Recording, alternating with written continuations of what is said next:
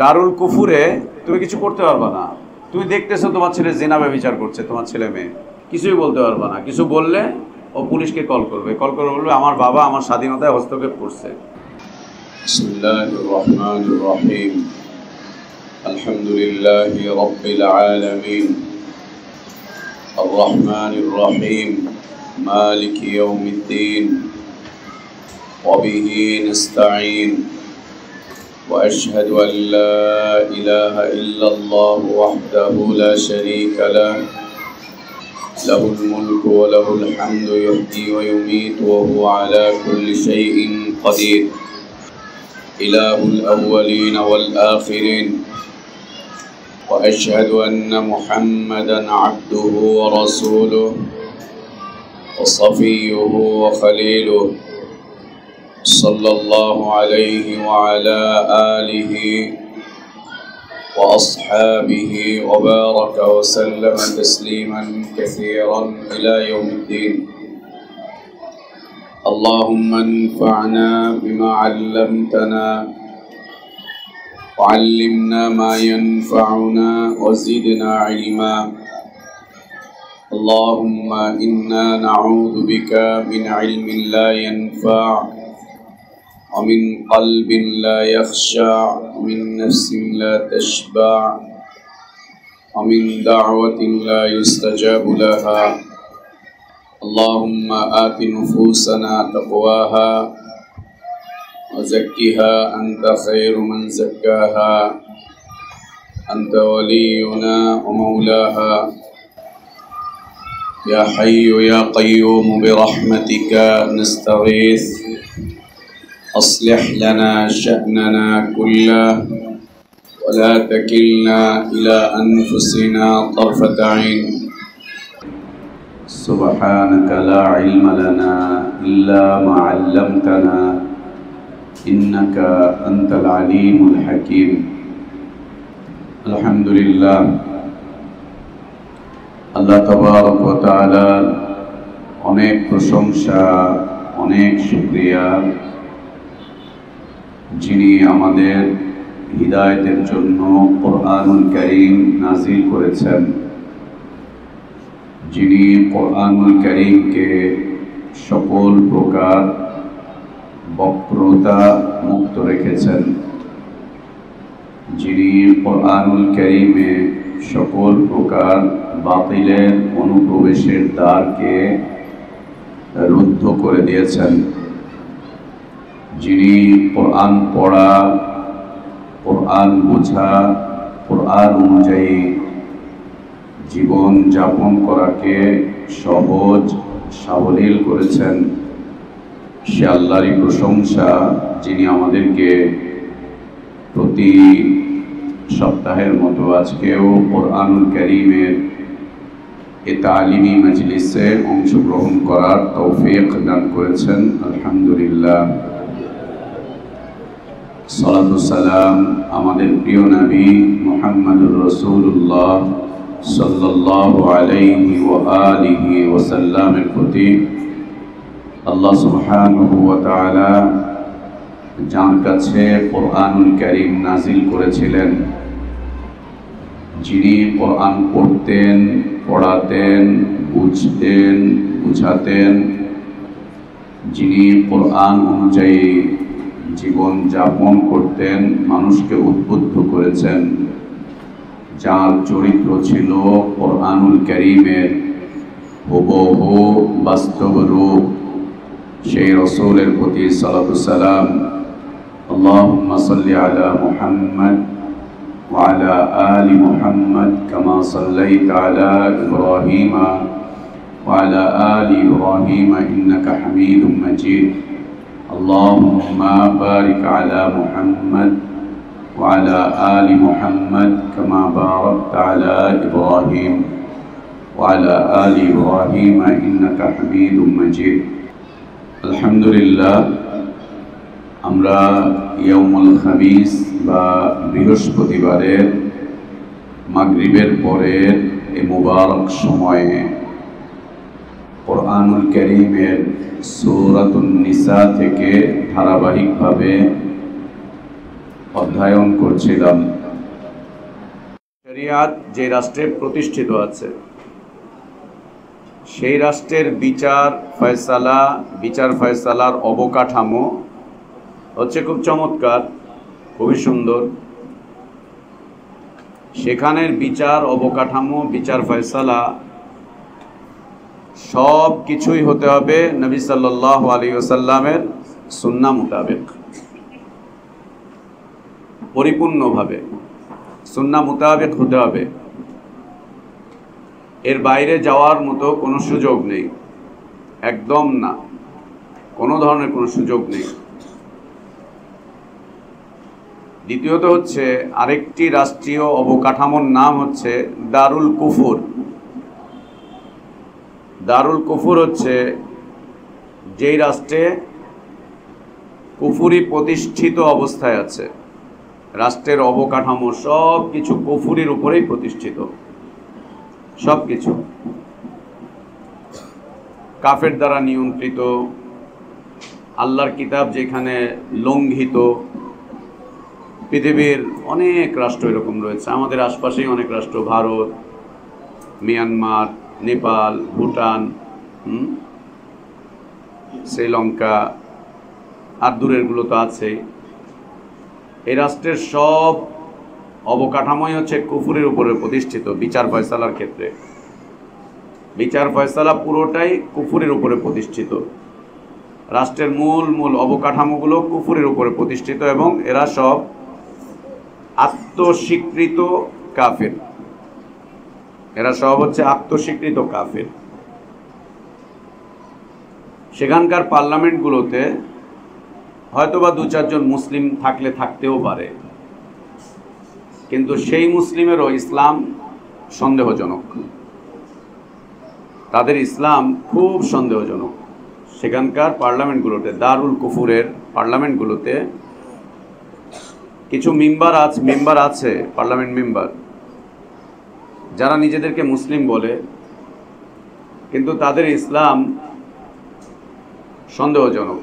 যেমন ভারতের পার্লামেন্টে এখন তুখোড় একজন রাজনৈতিক ব্যক্তিত্ব আছে, আসাদুদ্দিন ওয়াইসি, যাকে নিয়ে আমাদের দেশের কিছু মুসলিম নেতা বা অন্যান্য মুসলিম দেশের কিছু নেতারা যাকে নিয়ে খুব শোর মাচাচ্ছে যে ভারতের পার্লামেন্টে একজন মাত্র মুসলিম মেম্বার, সে একেবারে তুলোধুনো করছে বিজেপিকে, একে ওকে তাকে, একাই পুরো পার্লামেন্ট গরম করে ফেলতেছে, হ্যান করছে ত্যান করছে, নানান কথা।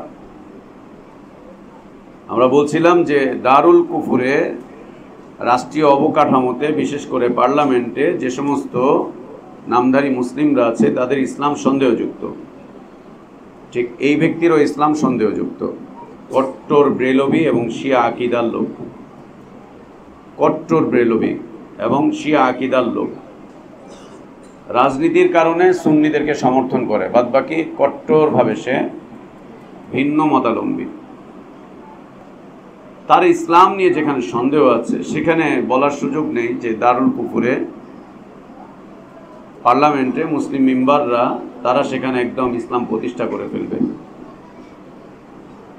বাকি রাজনৈতিকভাবে মুসলিমরা কিছু উপকৃত হতে পারে, সেখানকার বসবাসকারী মুসলিমরা রাজনৈতিকভাবে কিছু ফায়দা পেতে পারে, পার্লামেন্টে আলোচনা হলে পরে কিছু ফায়দা। সেই ফায়দাটা অনেক সময় অনেক কাফেরদের বক্তব্যের মাধ্যম দিয়েও হয়। নাগরিকদের সুযোগ সুবিধার ব্যাপারে বলতে গিয়ে মুসলিমদের পক্ষে অনেক দেশে কাফেররাও বক্তব্য করে। তো দারুল কুফুরের আইন কানুন সেগুলো কুফুরের উপরে প্রতিষ্ঠিত। আরেকটি হচ্ছে দারুল হার্ব, যুদ্ধ বিধ্বস্ত, যুদ্ধ চলছে, অথবা যেই রাষ্ট্রে যুদ্ধ ফরজ বলে ঘোষণা করেছেন মুসলিম উলামাগণ, দারুল হার্ব,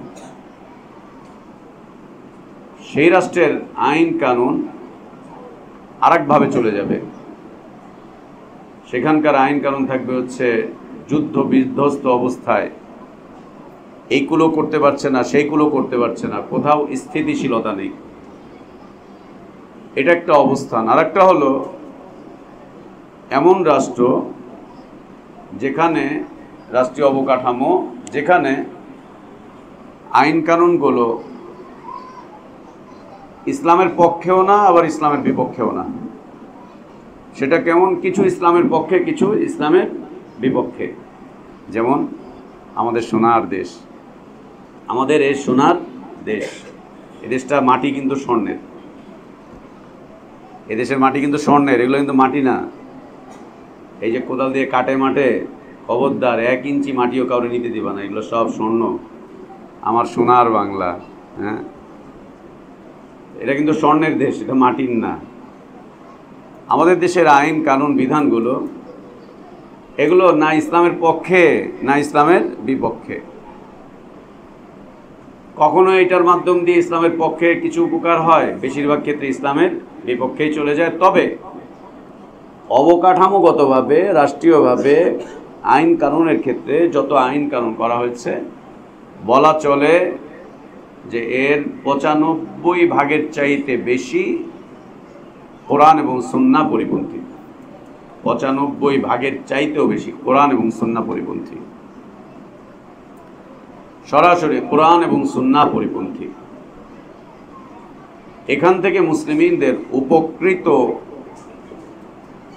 হওয়াটা খুব কঠিন। মুসলিমরা তাদের ইসলামী জীবনে, দ্বীনি জীবনে উপকৃত হওয়াটা, উপকার পাওয়াটা খুব বেশি কঠিন, অনেক কঠিন। দেশের আইন কানুন দিয়ে ইসলাম এবং মুসলিমদের কোনো কল্যাণ আসছে না, এবং এই আইন কানুনের মাধ্যম দিয়ে ইসলাম এবং মুসলিমদের কোনো কল্যাণ আসতেও পারে না। এক্ষেত্রে আমাদের অবস্থান হচ্ছে যতটা সম্ভব এই কুফরি আইন কানুন বিধান থেকে নিজেদেরকে গুটিয়ে রাখা, অত্যন্ত সচেতনতার সাথে গুটিয়ে রাখা, সচেতনতার সাথে এর থেকে নিজেদেরকে গুটিয়ে রাখা। পারতপক্ষে ওই রাস্তায় না যাওয়া, কোর্ট কাছারি, পারতপক্ষে মামলা দায়ের না করা, পারতপক্ষে যে কোনো সমস্যা হয়ে গেলে নিজেরা বসে সমস্যা সমাধান করে ফেলা, মিটমাট করে ফেলা যথাসম্ভব। এর সাথে সাথে সচেতনতামূলক তালিম, তারবিয়ত, দাওয়াত, তাবলীগ এগুলো চালু রাখা। সচেতনতামূলক গণসচেতনতা, দেশের সকল নাগরিককে সচেতনতামূলক তালিম, তারবিয়ত, তাবলীগ, তাদরিস এগুলো জারি রাখা, যাতে করে দেশের আপামর মুসলিম জনগণ ইসলামের ব্যাপারে সোচ্চার হয়ে ওঠে, ইসলামের সপক্ষে তারা অগ্রসর হয়, যাতে তারা সোচ্চার হয়ে ওঠে ইসলামের সপক্ষে, আল্লাহর দ্বীনের সপক্ষে সোচ্চার হয়ে ওঠে, সচেতন হয়ে ওঠে। আল্লাহর হকের ক্ষেত্রে, নবী সাল্লাল্লাহু আলাইহি ওয়াসাল্লামের হকের ক্ষেত্রে, দ্বীনের যে হুকুকগুলো রয়েছে এক্ষেত্রে যাতে তারা খুব সচেতন হয়ে ওঠে, সচেতনতার সাথে যাতে করে তারা অগ্রসর হয়, মানুষকে সচেতন করে তোলে আল্লাহর বিধিবিধানের ক্ষেত্রে। তো আল্লাহ তাবারক ওয়া তাআলা সাহাবা ইকরাম রাদিয়াল্লাহু আনহুম আজমাইনদের সামনে যে আয়াতটি নাজিল করলেন, যা নিয়ে আমরা গত সপ্তাহে আলোচনা করেছি, ফালা ওয়ারাব্বিকা লা ইউমিনুন হাত্তা ইউহাক্কিমুকা ফীমা শাজারা বাইনাহুম। এটা দারুল ইসলামের বিষয়, ইসলামী খিলাফত, দারুল ইসলাম।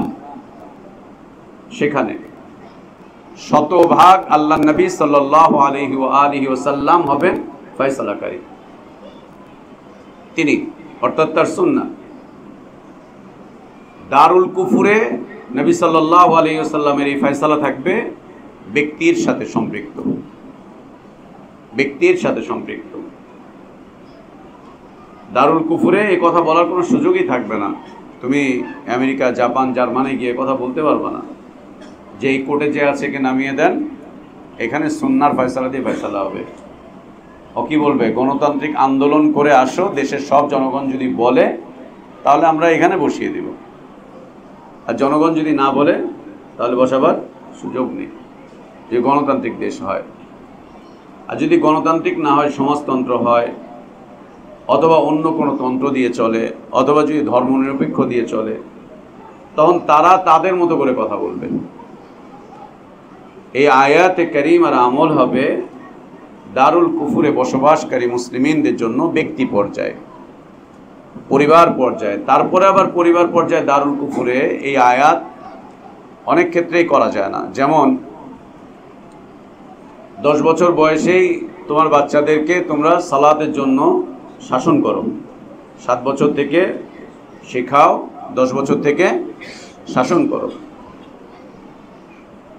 দারুল কুফুরে বসবাসকারী পরিবারগুলো তারা তাদের বাচ্চাদেরকে শুধু অনুরোধ করতে পারবে, বাবা চল মসজিদে, শাসন করতে পারবে না।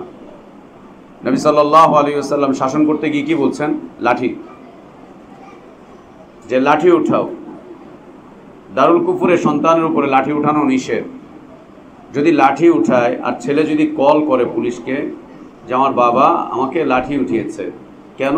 সালাত পড়ার জন্য, এসে বাবাকে উঠিয়ে নিয়ে যাবে, নিয়ে যেয়ে বাবাকে খোয়ারে ঢুকাবে, ঢুকিয়ে বাবাকে তওবা পড়াবে। আর কোনোদিন বলবি কোনোদিন তোর ছেলেকে সালাত পড়তে? ও সালাত পড়বে কি পড়বে না ওর ব্যাপার, মারলি কেন? আর মারবি? তওবা কর, তওবা করাবে, যে রসুলের সুন্নাহর জীবনে মানবা, তওবা করাবে। যতক্ষণ না তওবা করছে ততক্ষণ ওখান থেকে বের করবে না। যেমন 2004-5 সাল পর্যন্ত ছিল, 6 সাল পর্যন্ত সৌদি আরবে আইন ছিল, সালাতের সময় কেউ রাস্তায় ঘাটে ঘুরলে ওকে উঠিয়ে নিয়ে যেত অকারণে। এক হচ্ছে রাস্তা দিয়ে হেঁটে যাচ্ছে, মসজিদে যাচ্ছে বা কোথাও যাচ্ছে, জিজ্ঞেস করবে কই যাও। যদি উত্তরটা শরঈ উত্তর হয় তো ছেড়ে দিত, ঠিক আছে যাও। আর যদি উত্তরটা হতো যে না আমি বিড়ি খাইতে যাই, আড্ডা মারতে যাই, হ্যাঁ, অথবা যদি বলে একটু পার্কে যেতেছি বাতাস লাগাইতে, জিজ্ঞেস করবে তুমি মুসলিম? কারণ মুসলিম পরিচয় নিবে হচ্ছে শাহাদা পাঠ করার মাধ্যম দিয়ে, অথবা একামা, সৌদি আরবে অবস্থান করার জন্য যে আইডি কার্ড,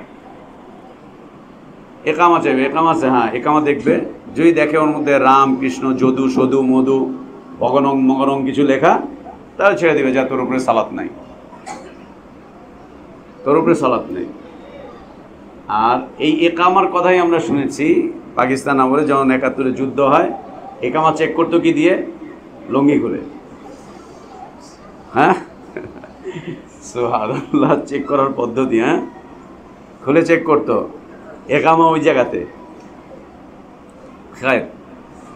তো একামা চেক করে যে মুসলিম না মুসলিম। যদি মুসলিম হয় তো ওকে জিজ্ঞেস করবে সালাত পড়লি না কেন। যদি বলে যে না আমি মসজিদেই যাচ্ছি, ঠিক আছে চলো। অথবা যদি বলে মসজিদে যাচ্ছি, মসজিদে ওঠাও, তোমাকে নিয়ে মসজিদে ছেড়ে দিয়ে আসি, গাড়িতে করে দিয়ে আসবে।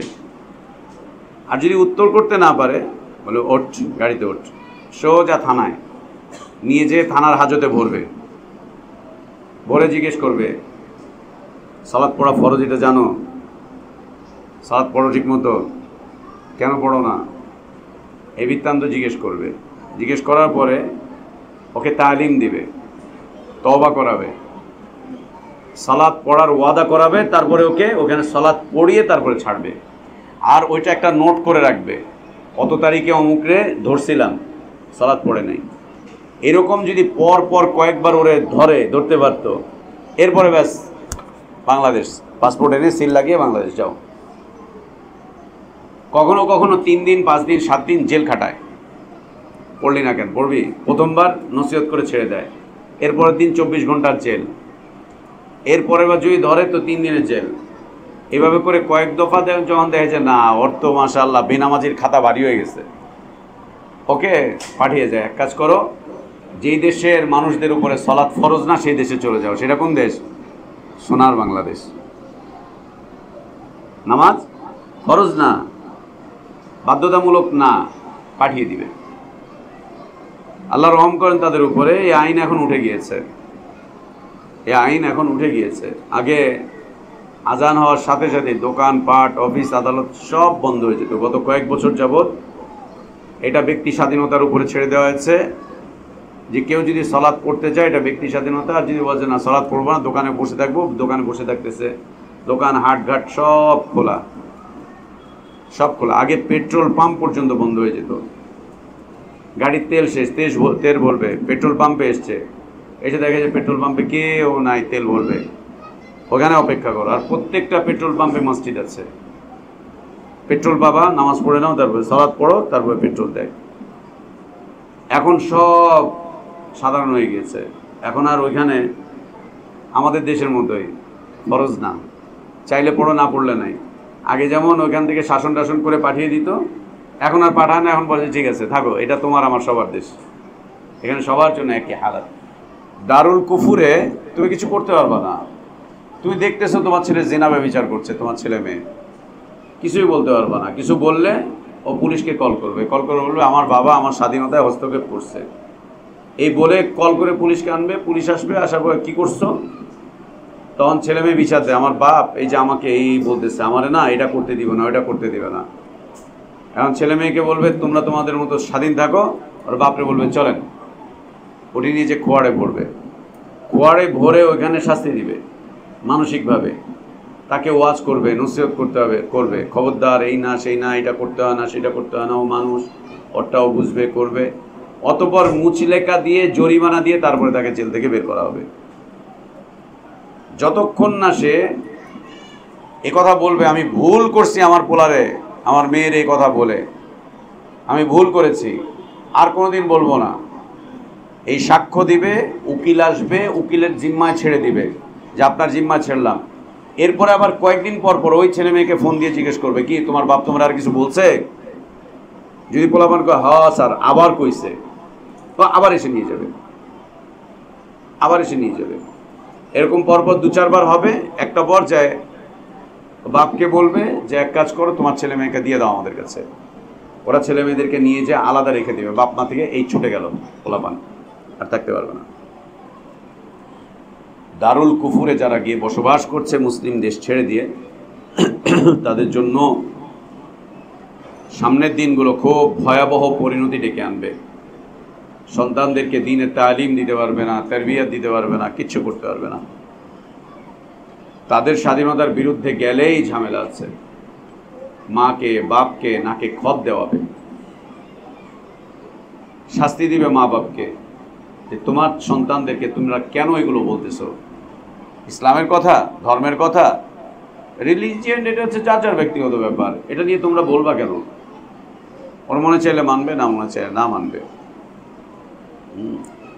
এজন্য দারুল কুফর থেকে সাবধান, যথাসম্ভব মুসলিম দেশগুলোতে বসবাস করতে হবে। যদি পরিপূর্ণ ইসলামী কোনো দেশ না পাওয়া যায়, অন্তত পক্ষে এমন দেশে বসবাস করা যেই দেশে ইসলাম মানতে, তালিম দিতে, তারবিয়াত দিতে, ইসলামের দাওয়াতে, ইসলামের তাবলীগে, ইসলাম মানাতে ব্যক্তি নয় পরিবারেও কোনো সমস্যা হয় না। যেমন আমাদের দেশে পরিবারেও সমস্যা হয় না, সন্তানদেরকে বলতে পারছি আমরা, শাসন করতে পারছি আমরা, কোনো সমস্যা নাই। তবে আশঙ্কাজনক হারে আমাদের দেশের ছেলেপেলেরা ইউরোপ আমেরিকাতে গিয়ে পড়াশোনা করার কারণে ওখানকার কালচার দেখে এসে এই দেশে এখন এই কালচারগুলোকে প্রতিষ্ঠা করার চেষ্টা করছে, যার কারণে এখন পোলাপান শুরু করেছে। কিছু হলেই 999-এ ফোন দিয়ে বলে আমার বাপ আমারে মারছে, আমার মা আমারে মারছে, আমার এইটা বলছে, আমার এইটা বলছে। এরপরে গিয়ে ব্যাস ওই কালচার অনুযায়ী এদেরকে নিয়ে আসে। এবং আমার দেশে যে আইন শৃঙ্খলা রক্ষাকারী বাহিনীরা আছে, পুলিশ, র্যাব, যারা এই সিভিল প্রশাসনে কাজ করছে এখানে, এদের মাঝে মাঝেই অমুসলিম দেশগুলোতে ট্রেনিংয়ে পাঠানো হয়, তারা সেখান থেকে এই সমস্ত বিষয়ে ট্রেনিং নিয়ে আসে। রাষ্ট্রীয় অবকাঠামোর ক্ষেত্রে, ফৌজদারি আইনের ক্ষেত্রে, পারিবারিক আইনের ক্ষেত্রে, এই সেই বিষয়ে তাদেরকে ওখান থেকে ট্রেনিং করা নিয়ে আসা হয়। 15 দিন, 20 দিন, 1 মাস, 3 দিন, 5 দিন, 7 দিনের। সেইখানে এই বিষয়বস্তুগুলো থাকে যে দেখো আমরা আমাদের দেশের নাগরিকদেরকে এইভাবে করে কন্ট্রোল করছি, এভাবে করে আমরা এগিয়ে নিচ্ছি, তোমরাও সেগুলো করো। সেটা এখন এখানেও বাস্তবায়ন হওয়া শুরু হয়েছে এবং ভয়ঙ্কর আকারে এটা বাড়ছে, খুব বাড়ছে, এর গতি খুব বাড়তেছে। আল্লাহ আমাদেরকে হেফাজত করেন। আল্লাহর কাছে নিজের জন্য দোয়া করবে, পরিবার পরিজনের দোয়া করবে এবং নিজের দেশের জন্যও দোয়া করবে যে আল্লাহ এই দেশটা তুমি আমাদেরকে দয়া করে দিয়েছ, এখানে যেন আমরা বুক ভরে শ্বাস নিয়ে ইসলাম মানতে পারি, বুক ভরে শ্বাস নিয়ে যেন আমরা ইসলাম মানতে পারি। এদেশ থেকে যেন আমাদেরকে হিজরত করা না লাগে, আমরা যেন এখানেই স্বাধীনভাবে তোমার ইবাদত করতে পারি। আল্লাহ সেই তৌফিক আমাদেরকে দান করো। আল্লাহর কাছে খুব দোয়া করতে হবে, দেশের জন্য দোয়া করতে হবে, দেশের পরিবেশ পরিস্থিতির জন্য আল্লাহর কাছে খুব দোয়া করতে হবে, অনেক দোয়া করতে হবে। এবং আমার দেশে শুরু হয়েছে, দেশের পরিবেশ পরিস্থিতি বলে রাজনৈতিক পরিবেশ পরিস্থিতি বোঝায়, এবং দোয়া করে যে রাজনৈতিক পরিবেশ পরিস্থিতিকে আল্লাহ ঠিক করে দাও, আল্লাহ ঘুষ মুষ জুয়া দুর্নীতি বন্ধ করে দাও। কেমন নালায়েক, এটা চিন্তাও করে না দেশের রাজনৈতিক পরিস্থিতি নিয়ে কেন দোয়া করি। আল্লাহর কাছে কেন বলি না যে আল্লাহ দেশকে তুমি ইসলামের অনুকূল করে দাও, ইসলামের প্রতিকূলতা থেকে তুমি আমাদের দেশকে বাঁচাও, দেশের জনগণকে বাঁচাও, ইসলামের প্রতিকূলতা থেকে ইসলামের অনুকূল করে দাও।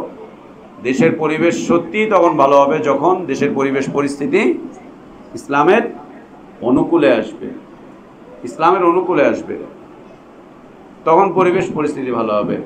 এমন রাজনৈতিক পরিবেশ পরিস্থিতি নাকি উন্নতি হয়েছে, তার একটা লক্ষণ দেশের সব বিশ্ববিদ্যালয়গুলোতে কাওয়ালির আয়োজন হচ্ছে। এ দিয়ে বোঝা যাচ্ছে যে দেশে রাজনৈতিক পরিবেশ পরিস্থিতির উন্নতি হয়েছে। এই প্রথম ঢাকা বিশ্ববিদ্যালয়ের সিরাত মাহফিল, অতএব এটা প্রশংসায় ভাসছে। এতদিন পর্যন্ত এখানে শুধুমাত্র গানের অনুষ্ঠান হইতো, ডান্সের অনুষ্ঠান হইতো, এখানে শুধুমাত্র এতদিন পর্যন্ত ব্যান্ড সঙ্গীত হইতো। দেশের ইতিহাসে এই প্রথম কাওয়ালির অনুষ্ঠান হচ্ছে। সেখানে কি কাওয়ালি? খাজা বাবার গান। বাহ, খাজা বাবা, খাজা বাবা বেশি করে গাজা খাবা, নইলে তুমি কিসের বাবা। গান গাচ্ছে, গান গাচ্ছে, নইলে তুমি কিসের বাবা। খাজা বাবা মানেই বেশি করে গাজা খাবা, নইলে তুমি কিসের ঘোড়ার ডিমের বাবা।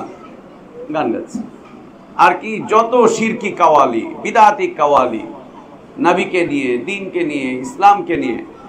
আবার কি আল্লাহ আল্লাহ কাওয়ালি হচ্ছে, আল্লাহ আল্লাহ বলছে, আর ওদিক দিয়ে ঢোল বাজাচ্ছে, মিউজিক বাজাচ্ছে। আল্লাহর নামের কাওয়ালি, রসুল নামের কাওয়ালি। ইন্না লিল্লাহি ওয়া ইন্না ইলাইহি রাজিউন।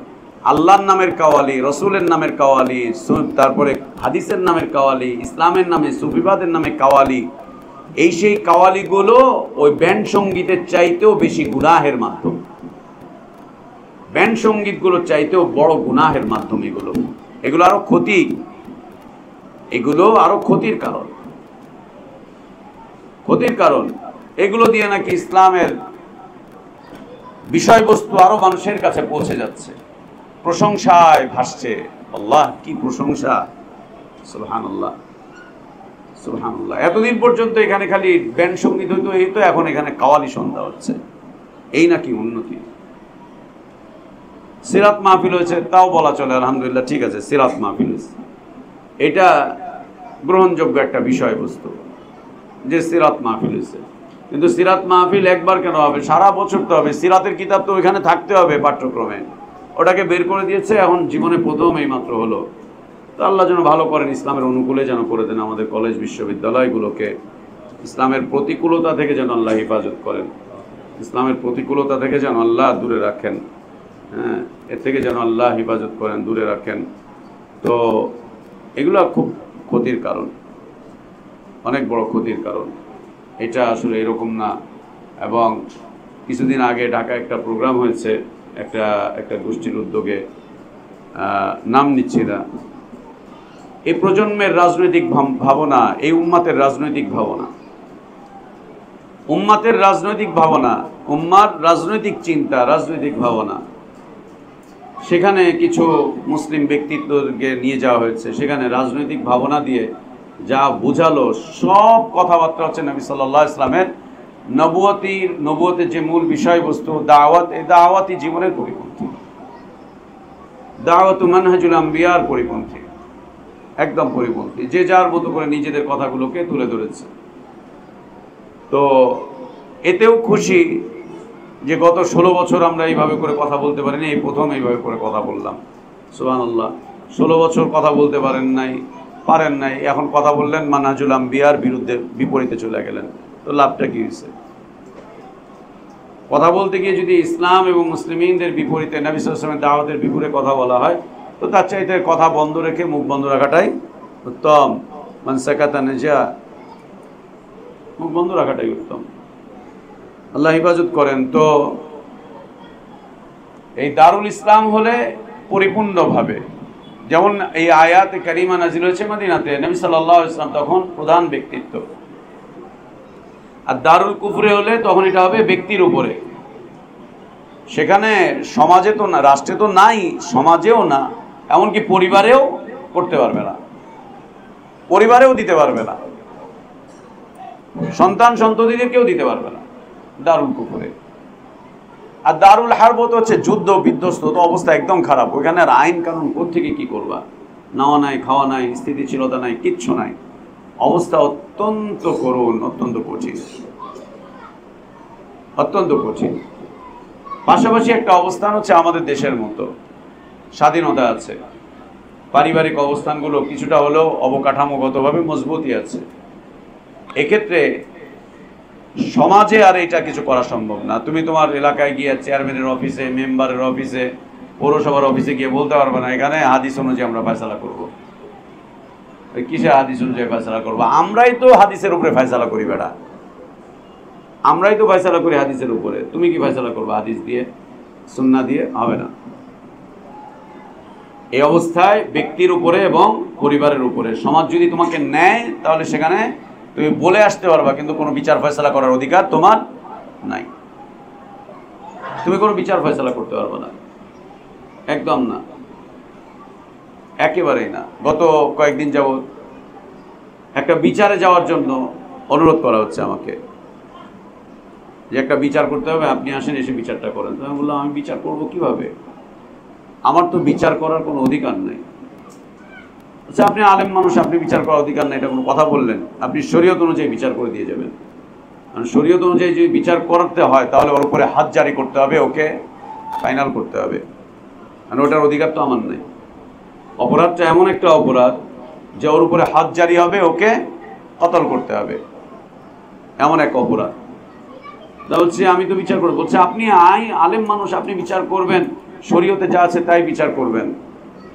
তা আমি বললাম, এই দেশে তো শরীয়ত প্রতিষ্ঠিত না, আর শরীয়ী বিচার ফয়সালা দেওয়ার অধিকার তো আমাকে দেওয়া হয়নি, আমি পারবো না দিতে, এটা আমার অধিকার নেই। যে তাহলে কি করব? যে দেশের প্রচলিত যে আইন আছে সে আইনের হাতে সাপোর্ট করেন বা কিছু করেন, আমি ওখানে বিচার করতে যাব, যাওয়ার সাথে সাথেই তো আমার উপরে আর এক আইন প্রয়োগ হয়ে যাবে। আপনি কিসের বিচারক? আপনার বিচার করার মতো কোনো যোগ্যতা আছে কিনা রাষ্ট্রীয়? আপনি ম্যাজিস্ট্রেট না, আপনি বিচারপতি না, আপনি পুলিশের প্রধান না, আপনি অমুক না তমুক না, আপনি এলাকার এমপিও না, চেয়ারম্যানও না, কেউ না, আপনি কি বিচার করবেন? আমার তো বিচার করার অধিকার নেই। আচ্ছা, তাহলে কি করবেন? নসিহত করতে পারবো, এর চাইতে বেশি কিছু আমি করতে পারবো না। আচ্ছা, নসিহত তো আমরা সবাই করতে পারি, তো করতে পারলে আপনারা করেন নসিহত, আপনারাই নসিহত করেন, এর বাইরে তো আমাদের করার কিছু নাই। এক্ষেত্রে আমাদের দেশের মতো এই সমস্ত দেশে বিচার ফয়সালার বিষয়বস্তু যেটা আমাদের অধিকারে নেই, আমাদের হাতে নেই, সেক্ষেত্রে নবী সাল্লাল্লাহু আলাইহি ওয়াসাল্লামকে ওই কোর্টে ওখানে নিয়ে যেয়ে ওগুলো বলা যে সুন্নাহ দিয়ে ফয়সালা করো, ওরা তখন সুন্নাহর সাথে কুফরি করে ফেলবে। কোর্টে গিয়ে যদি বলো যে সুন্নাহ দিয়ে ফয়সালা করেন, ও তখন কুফরি করে ফেলবে। সে অবস্থায় নিজেদেরকে অত্যন্ত সংযমী হয়ে, অত্যন্ত সাবধানতার সাথে নিজেদের ব্যক্তিত্ব এবং পারিবারিক জীবনে সুন্নাহ দিয়ে একটা অবস্থান গড়ে তুলতে হবে, সুন্নাহ ভিত্তিক অবস্থান, এটা গড়ে তুলতে হবে। তারপরেও সুন্নাতে যে সমস্ত ফয়সালাগুলো রয়েছে, দণ্ডবিধি, এই দণ্ডবিধিগুলো আমরা কেউ প্রয়োগ করার অধিকার রাখি না। যদি আমরা ওই দণ্ডবিধিগুলো প্রয়োগ করতে যাই, তো আমাদের উপরে রাষ্ট্রের একটা দণ্ডবিধি এসে আমাদেরকে আবার কুফরি আইনের দিকে নিয়ে চলে যাবে, ওদিকে নিয়ে চলে যাবে। মনে থাকবে তো, ফালা রাব্বিকা লা ইউমিনুন হাত্তা ইউহাক্কিমুকা ফীমা শাজারা বাইনাহুম। এই আয়াত দিয়ে এলাকায় গিয়ে ফতোয়া দিতে যাও না, এই আয়াতের তালিম করো, এই আয়াতের তাবলীগ করো, এই আয়াতের দার্স করো, এই আয়াত দিয়ে মানুষকে সচেতন করো, মুসলিমিনদেরকে। কিন্তু এই আয়াত পড়ে, এই আয়াতের তাফসীর করে এলাকায় গিয়ে, পরিবারে গিয়ে কোনো দণ্ডবিধি জারি করতে যেও না। তোমাকে এই আয়াত দণ্ডবিধি জারি করতে বলে না, নিজের উপরে করো, নিজের উপরে করো। এখন নিজের উপরে কিভাবে করবে? যথাসম্ভব মানতে থাকো, যেটা মানতে না পারছো সেটার ক্ষেত্রে আল্লাহর কাছে তওবা করো, ইস্তেগফার করো, সাহায্যের প্রার্থনা করো আল্লাহ তাবারক ওয়া তাআলার কাছে। এটা আল্লাহ তাবারক ওয়া তাআলার কাছে করতে থাকো। এ হচ্ছে এই আয়াতের বিষয়। আল্লাহ বলছেন ওয়ালাউ আন্না কাতাবনা আলাইহিম আন ইয়াকতুলু আনফুসাকুম আও ইখরুজু মিন দিয়ারিকুম মা ফাআলুহু ইল্লা কালিলুন মিনহুম। যদি এইভাবে করে আমি তাদের উপরে বিধিনিষেধ আরোপ করে দিতাম, তাদের উপরে যদি কাফারা এইভাবে করতাম, তাদের তওবার মাধ্যম যদি এটা করতাম, তাহলে ওরা কি করতো না? এটা পালন করতে পারতো না, একদম পারতো না। আল্লাহ বলছেন ওয়াইদাল্লা আতাইনাহুম মিন লাদুন্না আজরান আযীমা ওয়া লাহাদাইনাহুম সিরাতাম মুস্তাকিমা ওয়া মান ইউতি'ইল্লাহা ওয়ার রাসূল ফাউলাইকা মা'আল্লাযীনা আন'আমা আল্লাহু আলাইহিম মিনান নাবিয়্যিন ওয়াস-সিদ্দীকিন ওয়াশ-শুহাদা'i ওয়াস-সালিহিন ওয়া হাসুনা উলাইকা রাফীকা যালিকাল ফাদলু মিনাল্লাহ ওয়া কাফা বিল্লাহি আলীমা। এই আয়াতে কারিমার ব্যাপারে সাহাবীদের মন্তব্য ছিল যে এই আয়াতে কারিমা নাজিল হওয়ার পরে সাহাবীরা খুব আনন্দিত হয়েছিলেন, খুব খুশি হয়েছিলেন, খুব আনন্দিত হয়েছিলেন। এই আয়াত নাজিলের পরে অনেক বেশি আনন্দিত হয়েছিলেন। বিশেষ করে আনাস ইবনে মালিক রাদিয়াল্লাহু আনহু তিনি বলছেন এই আয়াত নাজিল হওয়ার পরে আমি এত খুশি হয়েছি, এত খুশি হয়েছি। তিনি বুঝাতে চেয়েছেন তার জীবনের সবচাইতে বড় খুশির আয়াত হচ্ছে এই আয়াত ওয়া ইউতি'ইল্লাহা ওয়ার রাসূল ফাউলাইকা মা'আল্লাযীনা আন'আমা আল্লাহু আলাইহিম মিনান নাবিয়্যিন ওয়াস-সিদ্দীকিন ওয়াশ-শুহাদা'i ওয়াস-সালিহিন ওয়া হাসুনা উলাইকা রাফীকা। আয়াতের বিষয়বস্তু অত্যন্ত চমৎকার। আল্লাহ বলছেন মান ইউতি'ইল্লাহা ওয়ার রাসূল, যে বা যারা যেখানে বা সেখানে যখন বা তখন, যে বা যারা যেখানে সেখানে যখন তখন আল্লাহ এবং তার রসুলের ইতাআত করবে, আনুগত্য করবে, যেভাবে আনুগত্য করতে বলা হয়েছে ঠিক সেভাবে করবে, আল্লাহ এবং তার রসুলের ইতাআত করবে, হক আদায় করে যেভাবে করতে বলা হয়েছে ঠিক সেইভাবে করেই ইতাআত করবে, আল্লাহ এবং তার রসুলের ইতাআত করবে। তারা কিয়ামতের দিন চার শ্রেণীর সৌভাগ্যবান মানুষদের সাহচর্য লাভ করবেন। চার শ্রেণীর সৌভাগ্যবান ব্যক্তিদের সাহচর্য লাভ করবেন কিয়ামতের দিন। তারা কারা? মিনান নাবিয়্যিন, আম্বিয়া আলাইহিমুস সালাতু ওয়াস সালামগণ, ওয়াস-সিদ্দীকিন, সিদ্দীকিনগণ, শুহাদা, আল্লাহর রাস্তায় শাহাদাত বরণকারীগণ, ওয়াস-সালিহিন এবং সালিহিনগণ। আল্লাহ বলছেন ওয়া হাসুনা উলাইকা রাফীকা। এই রিফকাত, এই সাহচর্য, এই পাশে থাকাটা, এই সঙ্গে থাকাটা কতই না সুন্দর, কতই না সুন্দর, কতই না চমৎকার যে তারা কিয়ামতের দিন এই চার শ্রেণীর মানুষের সাথে উঠবেন। আম্বিয়া, সিদ্দীকিন, শুহাদা, সালেহিনদের সাথে তারা কিয়ামতের দিন উঠবেন। তাদের সঙ্গ, তাদের সাথে ওঠা, তাদের পাশে থাকা, তাদের সাথে বসবাস করা, এটা কতই না সুন্দর, কতই না উত্তম। এ দৃশ্য কিয়ামতের দিন, এ দৃশ্য কতই না সুন্দর হবে, কতই না চমৎকার হবে, কতই না উত্তম হবে এ দৃশ্য কিয়ামতের দিন। আর এটি কি? আল্লাহ বলছেন যালিকাল ফাদলু মিনাল্লাহ। এটি আল্লাহ সুবহানাহু ওয়া তাআলার বিশেষ এক অনুগ্রহ, ফদল, অনেক বিশেষ অনুগ্রহ, বিশাল এক অনুগ্রহ আল্লাহ তাবারক ওয়া তাআলার। যালিকাল ফাদলু মিনাল্লাহ, অন্য কারো অনুগ্রহ এটা না।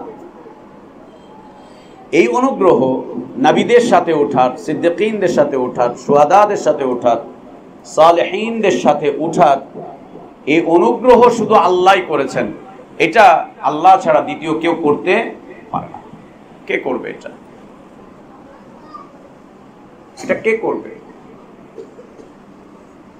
এই বিশাল এক সৌভাগ্যের বিষয়বস্তু। আর এই সৌভাগ্যের বিষয়বস্তুটি আল্লাহ তাবারক ওয়া তাআলা অনেক বড় অনুগ্রহ। ওয়া কাফা বিল্লাহি আলিমা। এই আয়াতে কারিমা মুসলিমিনদের জন্য অনেক বড় আনন্দের এক মাধ্যম, অনেক খুশির এক মাধ্যম, অনেক খুশির অনেক আনন্দের এক সুসংবাদ এই আয়াতে কারিমা, যে দুনিয়াতে আল্লাহ এবং তার রসুলের ইতাআত করো, আখিরাতে নবী রসুলদের সাথে, সিদ্দিকীনদের সাথে, শুহাদাদের সাথে, সালেহীনদের সাথে উঠো, তাদের সাথে উঠো, তাদের সাথে উঠো। একজন সাহাবী আল্লাহ নবী সাল্লাল্লাহু আলাইহি ওয়া আলিহি ওয়াসাল্লামের কাছে এসে বললেন যে ইয়া রাসূলুল্লাহ, দুনিয়াতে একজন ব্যক্তি একটা কওমকে খুব ভালোবাসে, অনেক বেশি ভালোবাসে, একটা কওমকে, একটা জাতিকে অনেক ভালোবাসে, খুব ভালোবাসে, খুব ভালোবাসে, কিন্তু সে সেই কওমের মতো পুরাপুরি হতে পারছে না, আমলে, আখলাকে, চলনে, বলনে, উঠায় বসায় তার মতো হতে পারছে না, কিন্তু খুব পছন্দ করে, খুব ভালোবাসে। সে তাদের মতো হতে পারছে না, খুব পছন্দ করে। কিয়ামতের দিন তার হালাত কি হবে? নবী সাল্লাল্লাহু আলাইহি ওয়াসাল্লাম বলছেন, যে যাকে ভালোবাসে কিয়ামতের দিন সে তার সাথে উঠবে, সে তার সাথে উঠবে। এখন কেউ যদি খাঁটি মুসলিমিনদেরকে ভালোবাসে, আশা করা যায় কিয়ামতের দিন তাদের সাথে উঠবে। যদি খাঁটি মুসলিমিনদেরকে কেউ ভালোবাসে, সত্যিকার অর্থে আম্বিয়া আলাইহিমুস সালাতু ওয়াস সালামগণ, সিদ্দিকীনগণ, শুহাদাগণ, সালেহীনগণ, তাদেরকে যদি ভালোবাসে, যেমন আমরা নবী সাল্লাল্লাহু আলাইহি ওয়াসাল্লামকে দেখিনি, মুসা আলাইহিস সালাতু ওয়াস সালামকে দেখিনি, আবুল আম্বিয়া ইব্রাহিম আলাইহিস সালাতু ওয়াস সালামকে আমরা দেখিনি, ইসমাঈল আলাইহিস সালাতু ওয়াস সালামকে আমরা দেখিনি, কোনো নবী রাসূলই আমরা দেখিনি, কিন্তু খুব ভালোবাসি নবী রাসূলগণকে। সাহাবীদেরকে আমরা দেখিনি, খুব ভালোবাসি, খুব পছন্দ করি। কোনোদিনও কি সাহাবীদের মতো হতে পারবো? প্রশ্নই আসে না। কোনোদিনও কি সাহাবীদের মতো হতে পারবো আমরা? কোনো দিক থেকে প্রশ্নই আসে না। তাদের মতো হতে পারবো না, কিন্তু তাদের ওই জীবনটাকে পছন্দ করে যেতে পারবো, চেষ্টাও করে যেতে পারবো। পছন্দটা আমাদের কাজ, চেষ্টাটা আমাদের কাজ। যে সাহাবীদের মতো জীবনযাপন করো, উর্দুতে বলে সাহাবিওয়ালা জিন্দিগি, সাহাবিওয়ালা জিন্দিগি মানে সাহাবীদেরকে ভালোবাসে, তাদের মতো চলতে চেষ্টা করে, তাদের মতো জীবনযাপন করতে চেষ্টা করে, একে বলে সাহাবিওয়ালা জিন্দিগি। যে জীবনের প্রত্যেকটা কাজে সাহাবীদের আলামত খুঁজে পাওয়া যায়। আর সাহাবীদের জিন্দিগিতে কার আলামত খুঁজে পাওয়া যায়? রাসূলুল্লাহ সাল্লাল্লাহু আলাইহি ওয়াসাল্লামের আলামত খুঁজে পাওয়া যায়। সাহাবীদের জীবনে আল্লাহর রাসূল সাল্লাল্লাহু আলাইহি ওয়াসাল্লামের আলামত খুঁজে পাওয়া যায়। আর আমাদের জন্য চেষ্টা করা সাহাবাওয়ালা জিন্দেগি, সাহাবীওয়ালা জীবন যাপন করা। নারী হই বা পুরুষ, ধনী হই বা দরিদ্র, শিক্ষিত হই বা অশিক্ষিত, যেটাই হই না কেন, শহরের হই বা গ্রামের, সাহাবীওয়ালা জিন্দেগি। জীবনটা যেন সাহাবীদের মতো হয়, জীবনটা যেন সাহাবীদের মতো হয়। আমরা আমাদের জীবনটা নাবিদের মতো এটা চিন্তা করতে পারবো না, তার কারণ নাবিদের অনেক খাস বিষয়বস্তু আছে যেটা উম্মাত অর্জন করতে পারবে না। নাবিদের খাস অনেক বিষয়বস্তু আছে, কিন্তু সাহাবীদের জন্য এরকম কোনো খাস বিষয়বস্তু নেই।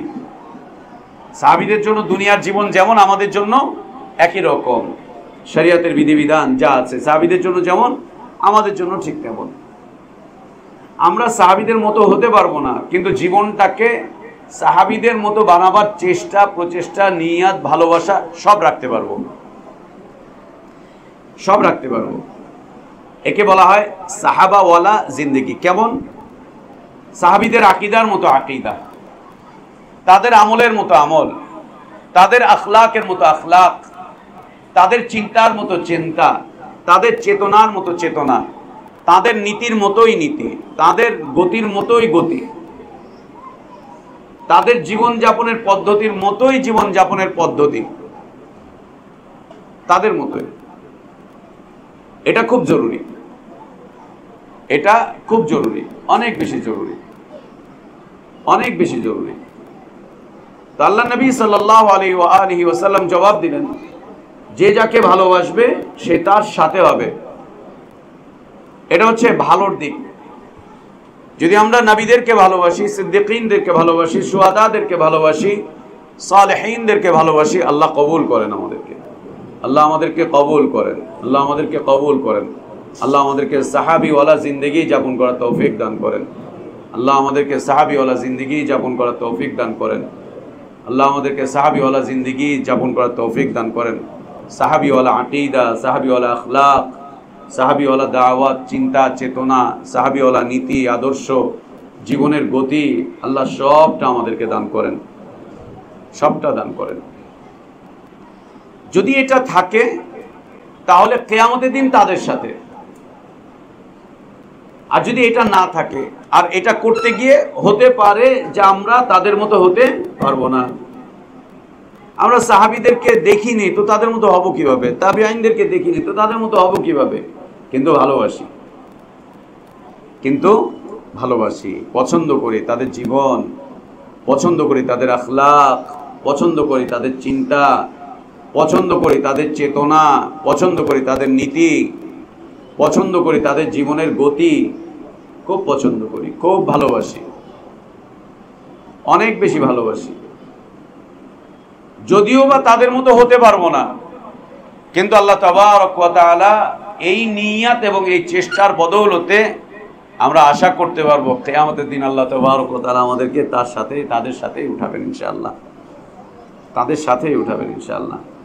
এবং একজন সাহাবী বলতেন, আমি তো আবু বকরও না, আমি তো ওসমানও না, আর আমি তো মুহাম্মদ সাল্লাল্লাহু আলাইহি ওয়াসাল্লামের মতো কেউ না, তবে আমি মুহাম্মদ সাল্লাল্লাহু আলাইহি ওয়াসাল্লামকে ভালোবাসি, আবু বকরকেও ভালোবাসি, ওসমানকেও ভালোবাসি। আমি আশা করছি আল্লাহ আমাকে তাদের সাথেই উঠাবেন কিয়ামতে।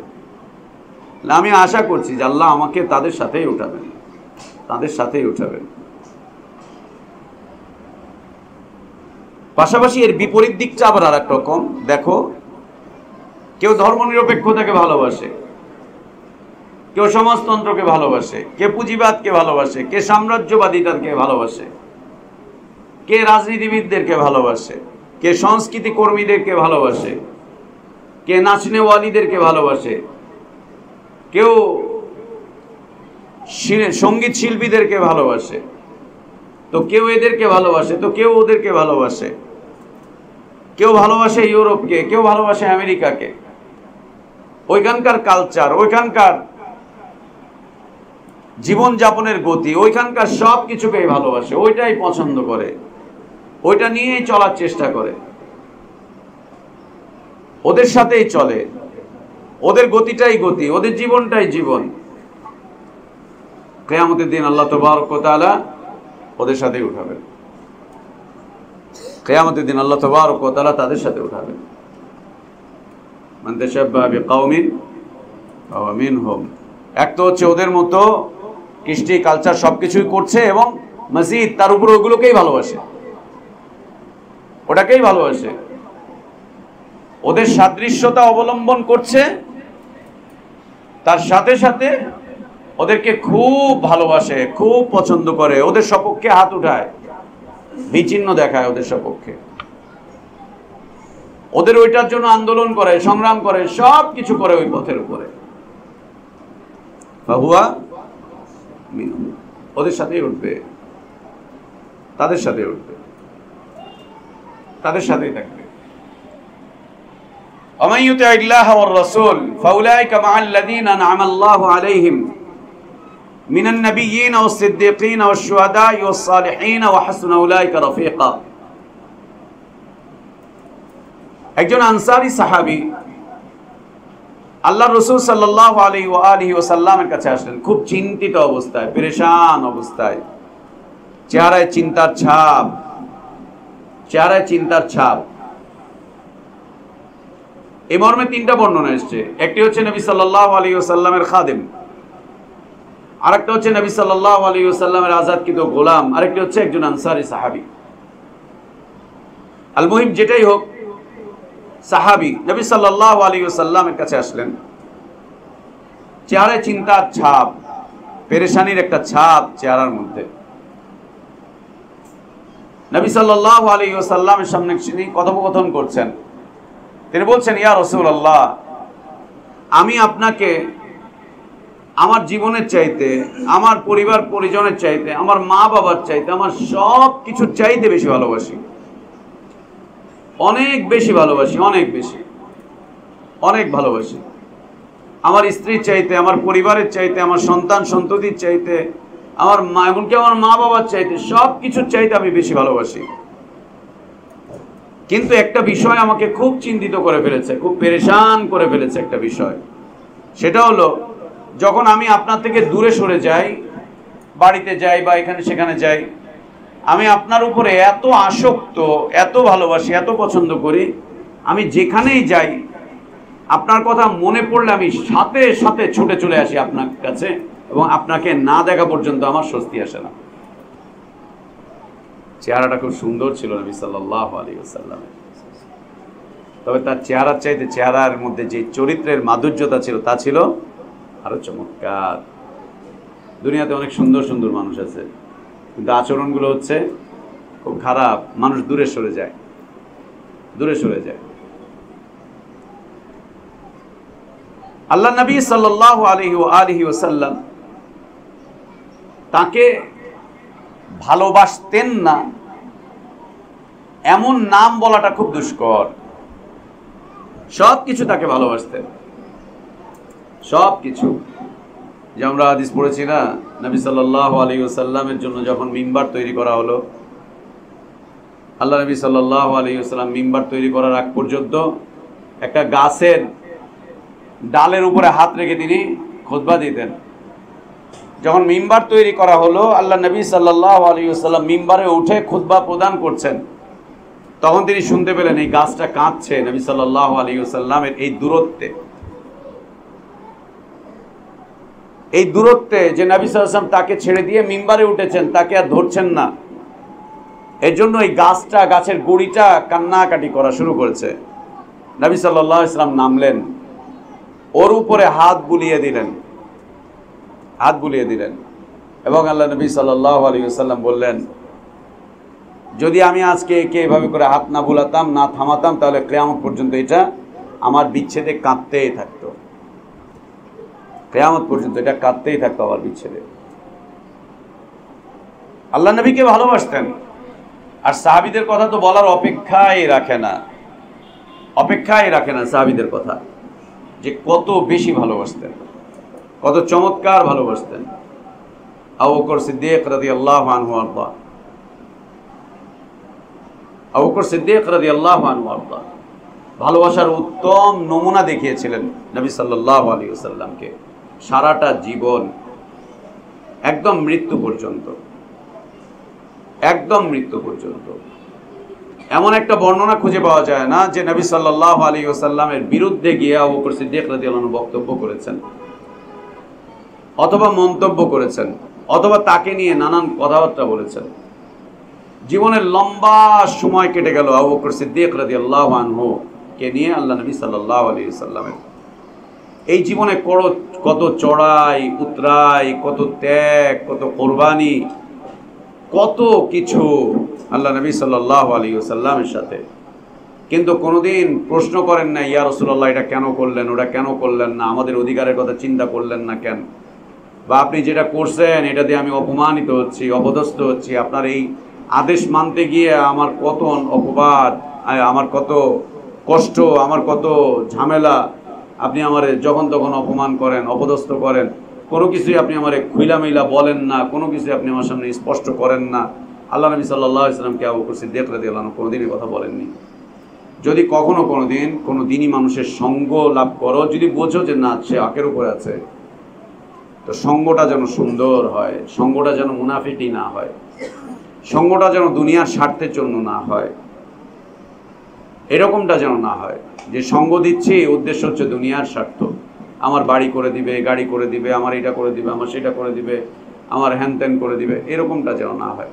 যদি কোনো মুসলিম ভাইকে সঙ্গ দাও তো লিল্লাহ সঙ্গ দিবা, লিওয়াজহিল্লাহ সঙ্গ দিবা, সঙ্গ দিবা লিল্লাহ লিওয়াজহিল্লাহ। যতক্ষণ পারবে এটাই করে যাবে।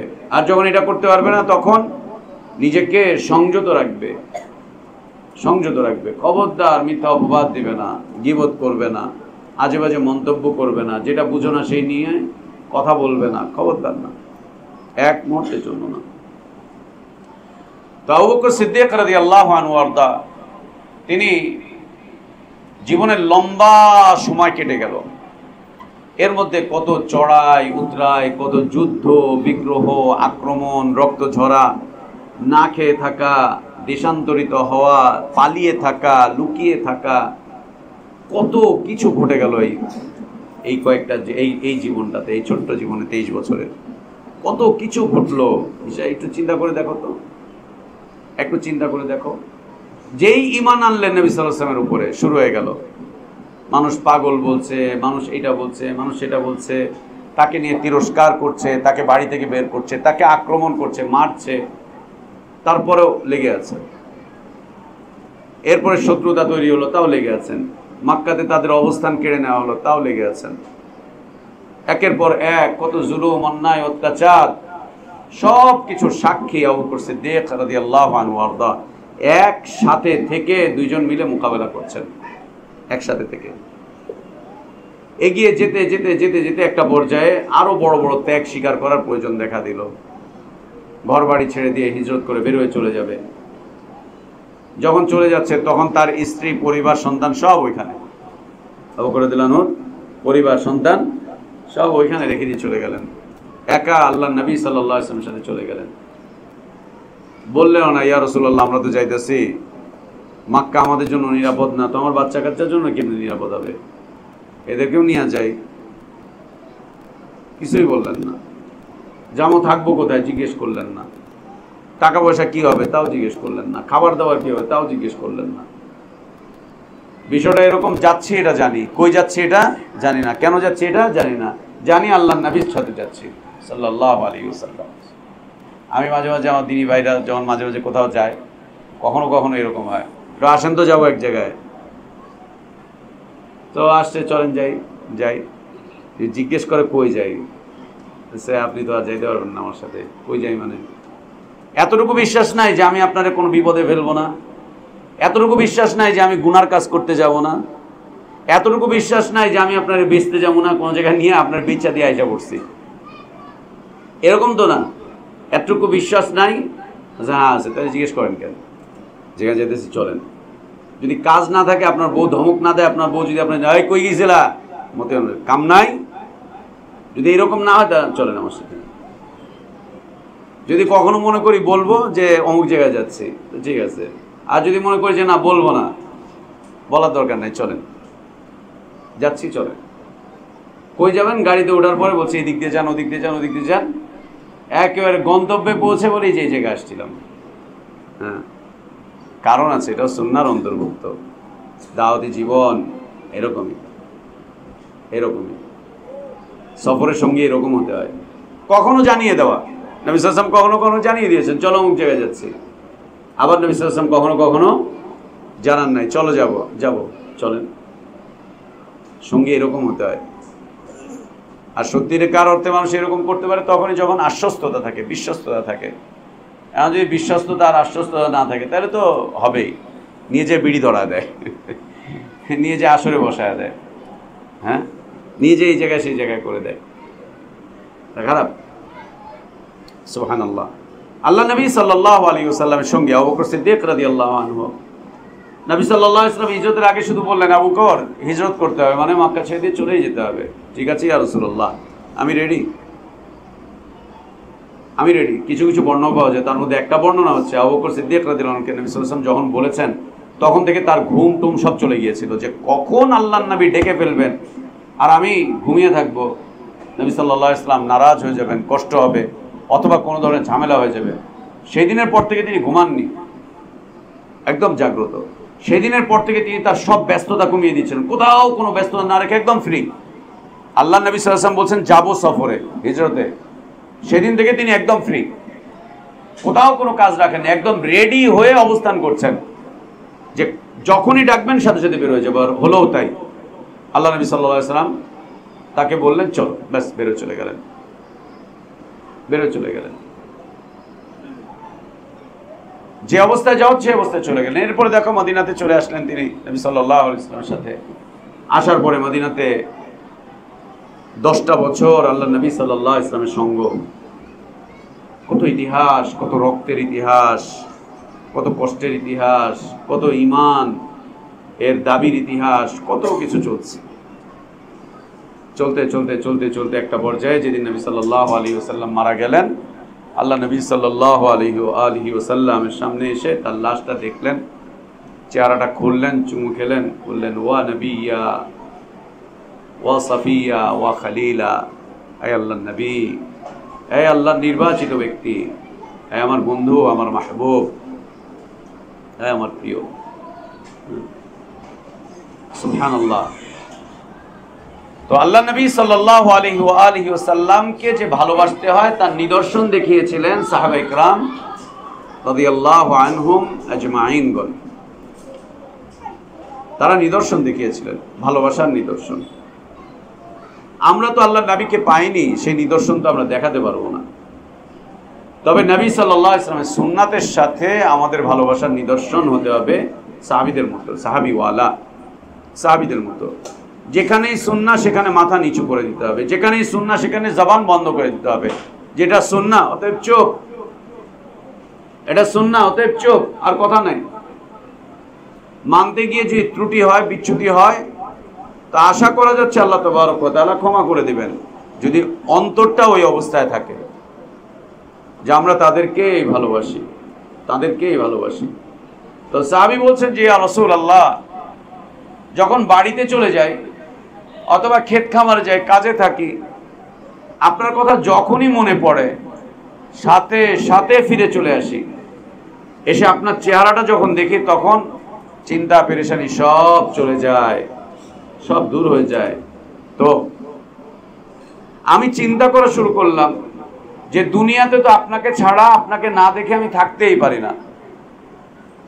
আপনাকে ছাড়া, আপনাকে না দেখে তো আমার থাকা সম্ভবই হয় না। যখনই মনে পড়ে তখনই চলে আসি। কিন্তু কিয়ামতে আল্লাহ যদি আমাকে জান্নাত দিয়েও দেন, আমি যদি জান্নাতে প্রবেশও করি, তা আপনি তো থাকবেন জান্নাতের আলা মাকাম, সেই উপরে, আর আমি থাকবো কোথায় ইয়া রাসূলুল্লাহ? আপনি থাকবেন কোথায় আর আমি থাকবো কোথায় ইয়া রাসূলুল্লাহ? আমি কোথায় আর আপনি কোথায় ইয়া রাসূলুল্লাহ? সেখানে আপনাকে না দেখে, উদ্দেশ্য হচ্ছে আপনাকে না দেখে, আপনার সঙ্গ না পেয়ে আমার সেখানে জীবনটা কিভাবে কাটবে? দুনিয়াতে তো আপনাকে দেখতেছি, মনের অস্থিরতা দূর হয়ে যায়, চিন্তা পেরেশানি দূর হয়ে যায়। এবং সাহাবীদের জীবনটাই এরকম ছিল, খুব চিন্তিত, খুব পেরেশান। কোন রকম নবী সাল্লাল্লাহু আলাইহি ওয়াসাল্লামের কাছে চলে এসেছেন, এসে বলতে পেরেছেন। আল্লাহ নবী সাল্লাল্লাহু আলাইহি ওয়াসাল্লাম এত সুন্দর সুন্দর নসিহত করেছেন, তো তাদের চেহারা থেকে পেরেশানি, চিন্তার সব কিছুই চলে গিয়েছে। চিন্তার পেরেশানি সব কিছু চলে গিয়েছে। যে উহুদের যুদ্ধের কাহিনী, ঘটনা, একজন সাহাবিয়া রাদিয়াল্লাহু আনহা শুনলেন যে উহুদে সাহাবীদের বিপর্যয় দেখা দিয়েছে, অনেক সাহাবী শাহাদাত বরণ করেছেন। স্বয়ং আল্লাহ নবী সাল্লাল্লাহু আলাইহি ওয়াসাল্লাম তিনিও আঘাতপ্রাপ্ত হয়েছেন এবং রটে গেল যে তিনিও শাহাদাত বরণ করেছেন। একজন মহিলা সাহাবী দৌড়ে দৌড়ে চলে আসলেন উহুদের যুদ্ধের ময়দানে চলে আসলেন, এসে খুঁজতেছেন আল্লাহ নবী সাল্লাল্লাহু আলাইহি ওয়াসাল্লাম কোথায়, কি অবস্থায়, কেমন আছেন, কোথায় কি অবস্থায় কেমন আছেন তিনি। নবী সাল্লাল্লাহু আলাইহি ওয়াসাল্লামের কথা জিজ্ঞেস করলেন। তাকে জানানো হলো যে তোমার কাছের কয়েকজন ব্যক্তি শাহাদাত বরণ করেছেন, তোমার বাপ, তোমার ভাই, তোমার স্বামী, তোমার ছেলে, এরা শাহাদাত বরণ করেছেন, এরা দুনিয়া থেকে চলে গিয়েছেন। এরপরেও তিনি জিজ্ঞেস করছেন যে আল্লাহ নবী সাল্লাল্লাহু আলাইহি ওয়াসাল্লাম কেমন আছেন। বলা হলো তিনি ভালো আছেন, তিনি ভালো আছেন, তিনি বেঁচে আছেন। আল্লাহ নবী সাল্লাল্লাহু আলাইহি ওয়াসাল্লামের কাছাকাছি গেলেন, তাকে দেখলেন, দেখে বলছেন কুল্লু মুসিবাতিন বাদাকা জালাল ইয়া রাসূলুল্লাহ, আল্লাহ রাসূল, আপনাকে দেখার পরে আমি আমার সব চিন্তা পেরেশানি, দুঃখ দুর্দশা আমি সব ভুলে গিয়েছি। আমার ছেলে মরেছে তো কি, আমার জামাই মরেছে তো কি, আমার ভাই মারা গিয়েছে, শাহাদাত বরণ করেছে, আমার বাবা শাহাদাত বরণ করেছে, তো কি হয়েছে? আল্লাহ নবী তো জিন্দা আছেন, বাস।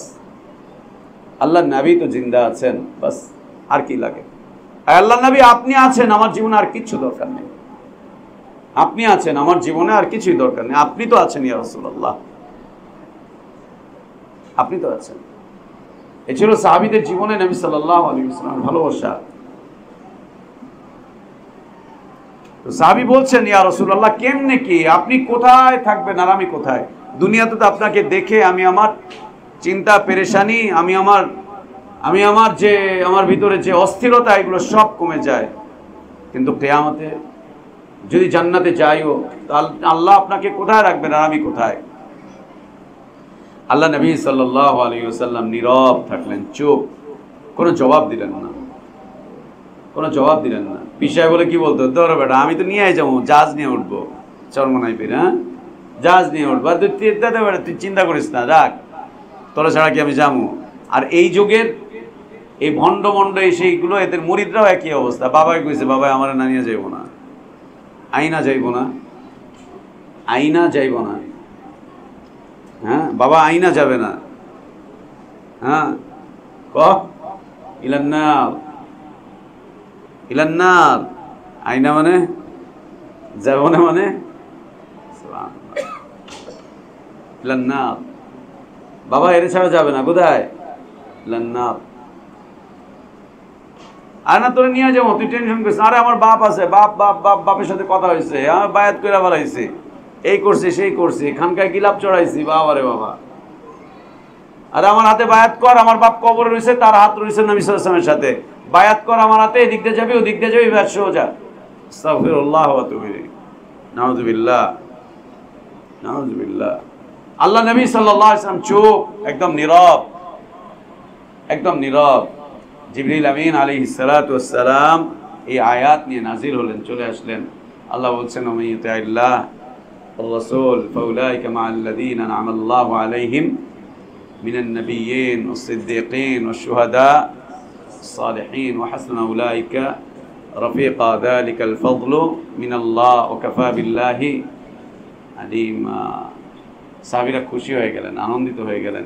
তাহলে দুনিয়াতেও আল্লাহর নবীর সাথে, জান্নাতেও আল্লাহর নবী সাল্লাল্লাহু আলাইহি ওয়া আলিহি ওয়াসাল্লামের সাথে, তার সাথে। একজন সাহাবী রাদিয়াল্লাহু আনহু, তিনি রাতের বেলা নবী সাল্লাল্লাহু আলাইহি ওয়াসাল্লামের ঘরের বাইরে পানি নিয়ে দাঁড়িয়ে থাকতেন। আল্লাহ নবী সাল্লাল্লাহু আলাইহি ওয়াসাল্লাম উঠবেন, ওযু করবেন,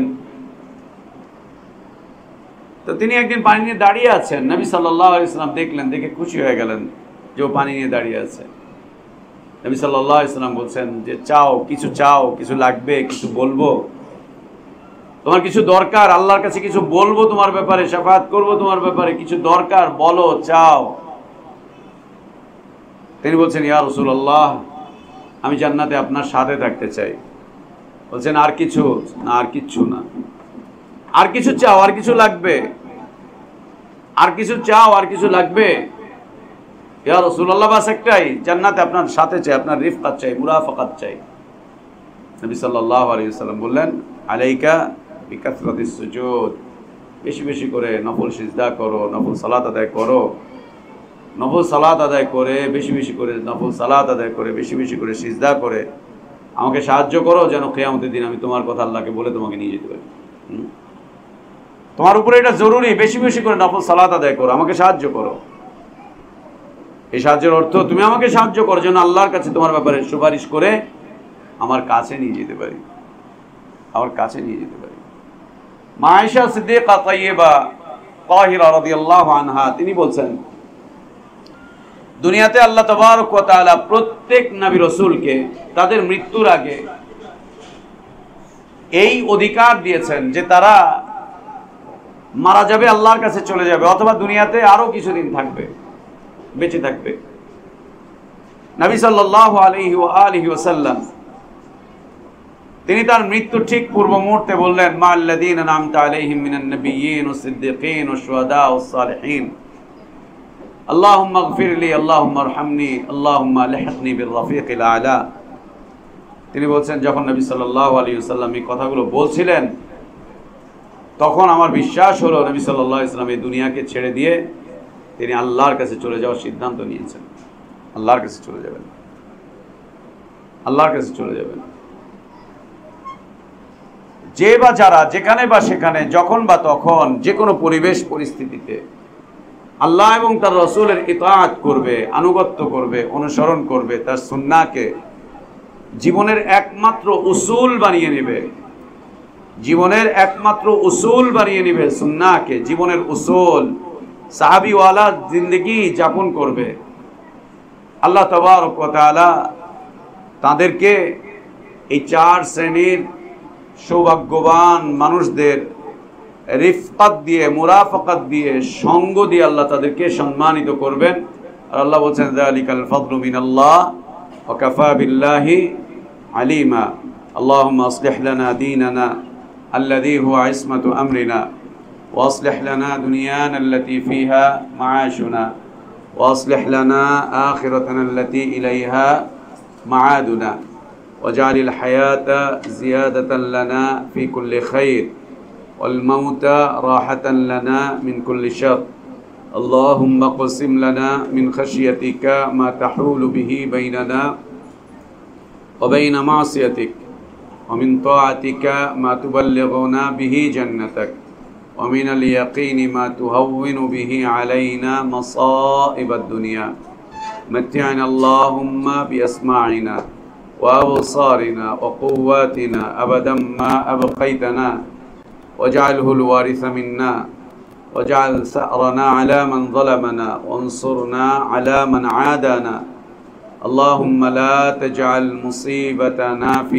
ديننا ولا تجعل الدنيا أكبر همنا اللهم لا تجعل الدنيا أكبر همنا ولا مبلغ علمنا ولا إلى النار مصيرنا اللهم لا تسلط علينا بذنوبنا من لا يخافك فينا ولا يرحمنا اللهم إنا عبيدك بنو عبدك بنو إمائك ناصينا بيدك ماض فينا حكمك عدل فينا قضاؤك نسألك بكل اسم هو لك سميت به نفسك أو أنزلته في كتابك أو علمته أحدا من خلقك أو استأثرت به في علم الغيب عندك أن تجعل القرآن العظيم ربيع قلوبنا اللهم اجعل القرآن العظيم ربيع قلوبنا اللهم اجعل القرآن العظيم ربيع قلوبنا